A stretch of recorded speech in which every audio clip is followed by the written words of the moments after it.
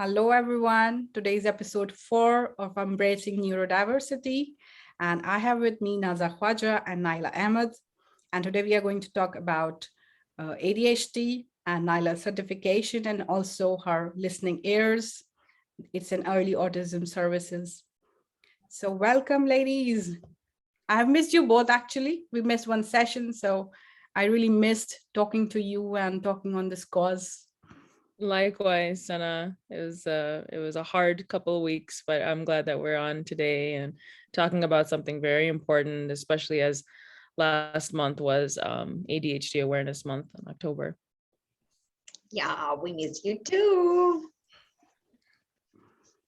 And thank you so very much for giving me this platform to talk about listening ears, the center which I'm associated with. So I would start with it's a short introductory video. So let's begin. Let me know when it's being shared. Is it there? It's up? Yep. Okay.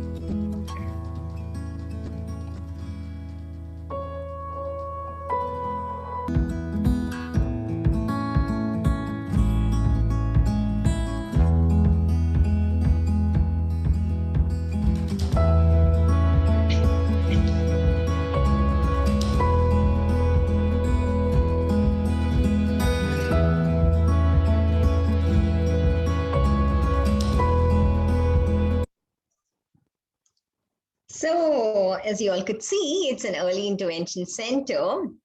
And we have an interdisciplinary, a multidisciplinary team of professionals and who we firmly believe in parent professional partnership, and we emphasize on like parent coaching and parent empowerment. And then it's about holistic development of the child with their caregivers and families. It's like there are multiple therapies being provided, like occupational therapy is there, speech and language therapy is there, special education is there, behavior management is also there through multiple ways. It's not like we have ABA therapist also, and we have other modules also. So it's not stringent kind of thing. Play-based therapy also is there available. We have psychologists on board also. So it's like a multidisciplinary team at your service, and for you, for your child, for your family. And we firmly believe in relationship-based intervention. It's all about relationships, connections, and development. It's not only about development and results. And then, as Sana talked about my certification, so along with my other degrees and things, thankfully, just last month only, I completed basic certification in DIR Flow Time, which is again a relationship-based development program for neurodiverse children.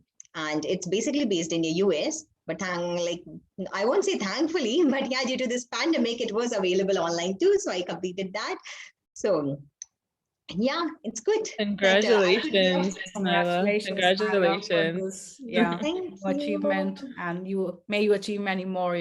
I see so much passion in you. You're always sharing great books and articles. Always sharing those. Yeah, I have been learning essential so much through your articles, and even with this series, that, okay, we are going to talk about this.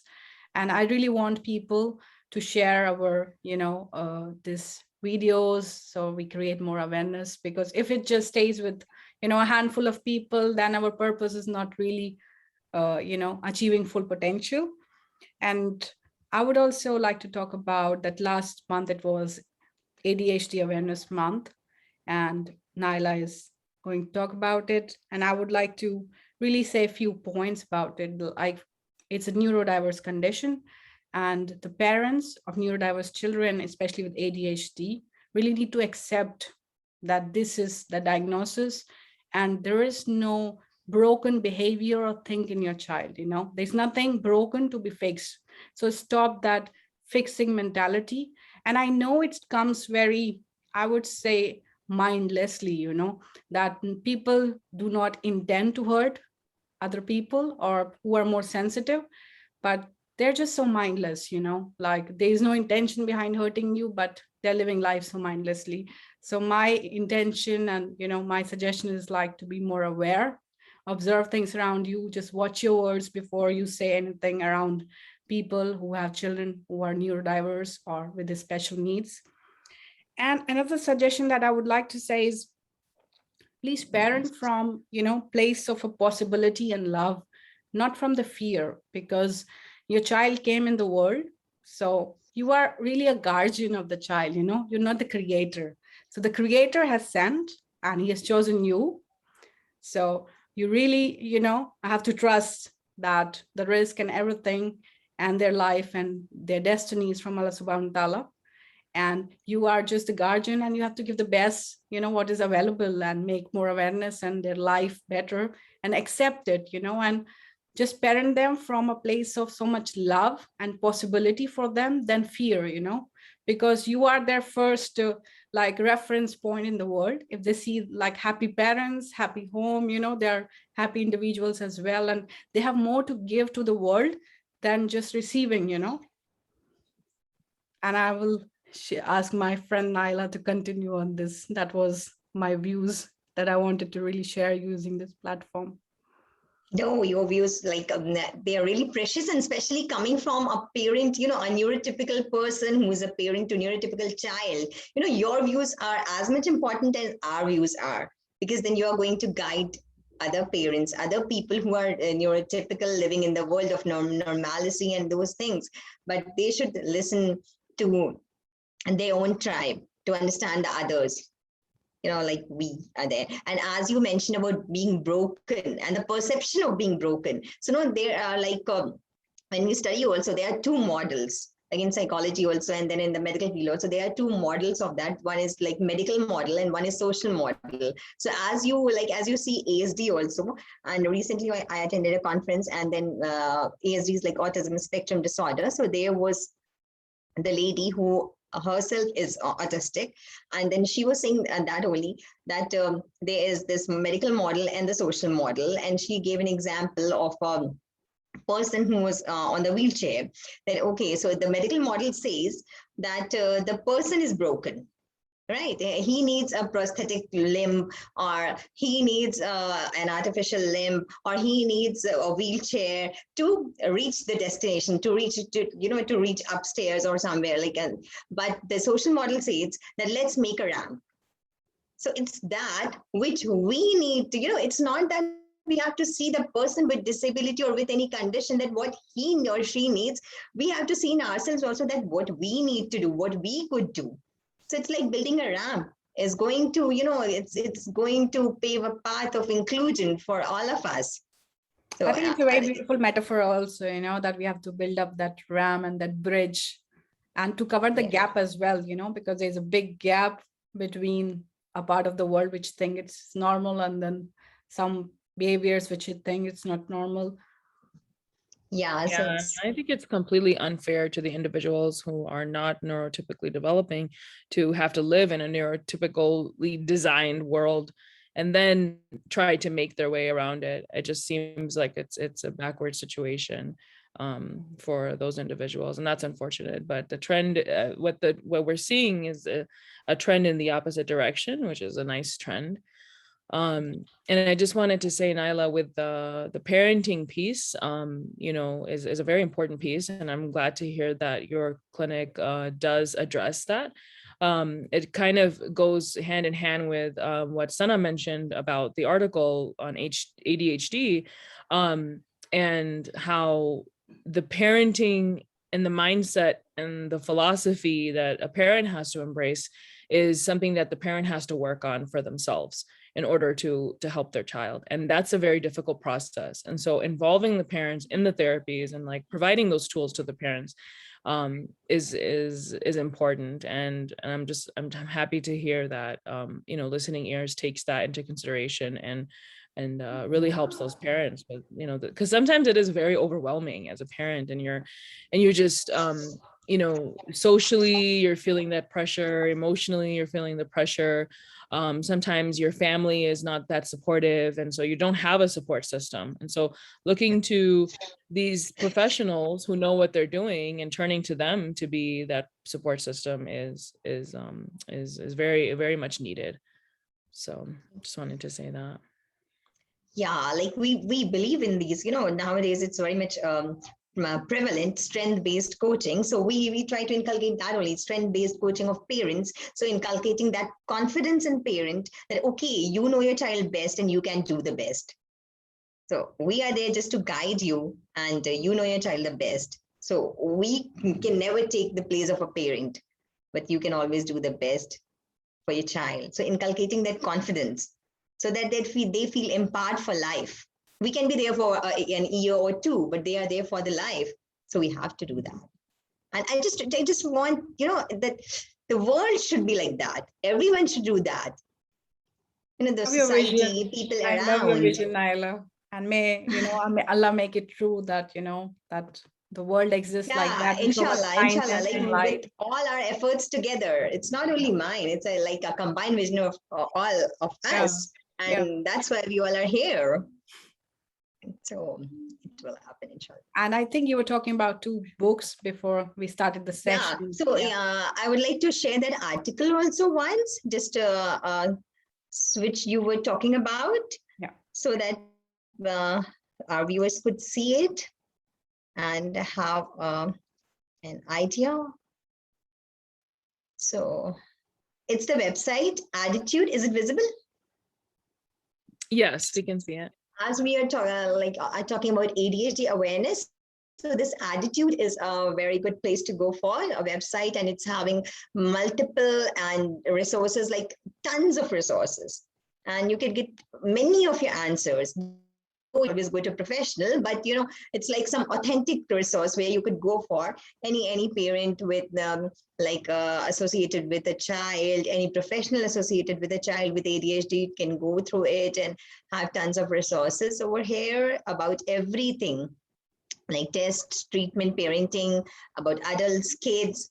Everything is over here. And this is the article which Sana was talking about. And it's about stop fighting your child's neurodiversity, a step-by-step plan for parents in diagnosis denial. That you have to accept it. It's not a choice. And but though the path is tough, but it's attainable. But we need resources. We need support. And if this article provides you with that support and a plan to accept and go ahead.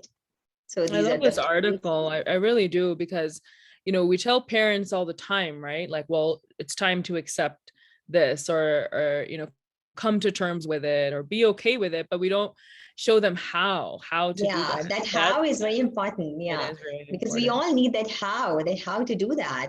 Mhm. So it's a very detailed one, and you have these, these subtopics also over there, which have quite detailed resources in this, detailed guides in everything. And the writer is the author. She herself is a parent also, Deborah Reber, and she has given. I'll just stop sharing. So now she's a parent, and then she is a professional, and she has authored this book, Differently Wired. So it's a good resource, especially for parents with, ADHD kids. So it's like Differently Wired, a parent's guide to raising an atypical child with confidence and hope. And I have attended many of her conferences and all, and she's really, really good, and she has experience. So you all should go through it. And she has a Facebook page also, a website also, Tilt Parenting, and it's really quite helpful. And then one more, this I haven't read yet, just received a few days back. I'll be reading it and then definitely sharing the review and letting you know more of resources. And then this is the Bible, Beyond Behaviors. I've read it twice and I just loved it. And I think every parent, be a neurotypical parent also, of a neurotypical child also, behavior is something which we see. Behavior is something like we breathe, we eat. So like that, it's behavior. We all have behaviors. It's just that we have set those divides, that this is typical, this is atypical. But this book takes you beyond behaviors of everyone, every human. If you're a human, you are having to have behaviors. And if you are having behaviors, and if you seek connection, you need to go beyond behaviors. Then only you can establish that connection. Like we all three are there. We all three know about each other, what goes beyond what we are speaking and saying and sharing. So it's like then we establish that connection. So if you want to establish the connection, and what lacks, especially when we see a neurodiverse child, is that we are always looking at the surface behaviors. Oh, he's stimming or she is stimming, or they are running around, they're jumping around. We generally, even parent or professional or people around, we all are just looking at the surface behaviors. We never try to dive deeper that why it's happening, because we are just restrained by the I mean, I remember some of the children very active in my class, and then the typical response of the teacher was like, "Oh, do you have ants in your pants?" It's like, and then it's the normal reaction also for a very active child as well, that, okay, why don't you just sit, and it's like very adult sedentary behavior to just sit and to do nothing, Yeah, exactly. And then it's like we just tend to see the label that, okay, because he's autistic, because he's having ADHD, he or she, and that's why he's doing that. But because of the labels and diagnosis, it's not, it's not something that should restrict us from connecting to the child. We have to connect when we want them to learn, and the child will always learn when the child is regulated and when the child is connected. So these are some things like what I have learned in this floor time course, in this floor time certification also, that we have to keep, if we want our child to learn something, we need to keep them regulated. We want them to be regulated. We want them to be calm. So these are the things which could be attained when we are seeing beyond behaviors. So this is also on lines of DIR floor time only, but it's like quite wide. It's based on neuro concepts of neurology, okay. And it had but and I think more it's psychology as well, right? Because it's more about behavior. It's basically all about autonomic nervous system, but it's in a very, very simple language so that everyone can understand. It's not a medical book. So though it's based on the concepts of it's about how the autonomic nervous system reacts. It's about brain-body connection, brain-body and behavior connection. So that as you're an NLP coach, So, you know how the brain, body, and the behavior and emotions, thoughts, everything is connected. So, it's also about that. So, it teaches us how to see it in not only in adults, but also in children from the very beginning. So, it's all about that and in a very simple language. And you have very practical guides in this, which could help, like these checklists and things are Oh, there. that's great. Yeah, many practical tools are there, which professionals and parents can use themselves. So it's very helpful, and it's not only helpful for kids, it's also helpful for your own regulation notes. And if you want to, like, if anyone wants to regulate a child, it always, like we always say, that you have to co-regulate to go to, that self-regulation part.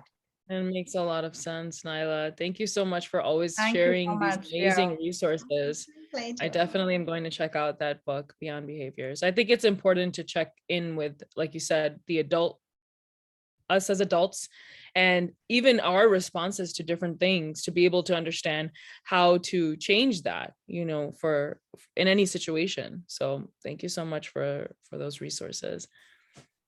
Yeah, I'm always following Nayela for her book reviews, and then I go and buy the book. So I'm really, how do we say, stalking her for the review. Thank you Maybe so we could much, put a ladies. link to the Yeah. See you next time with another episode. And guys, please share our video so it reaches to the right people and it creates the impact that we see it should create.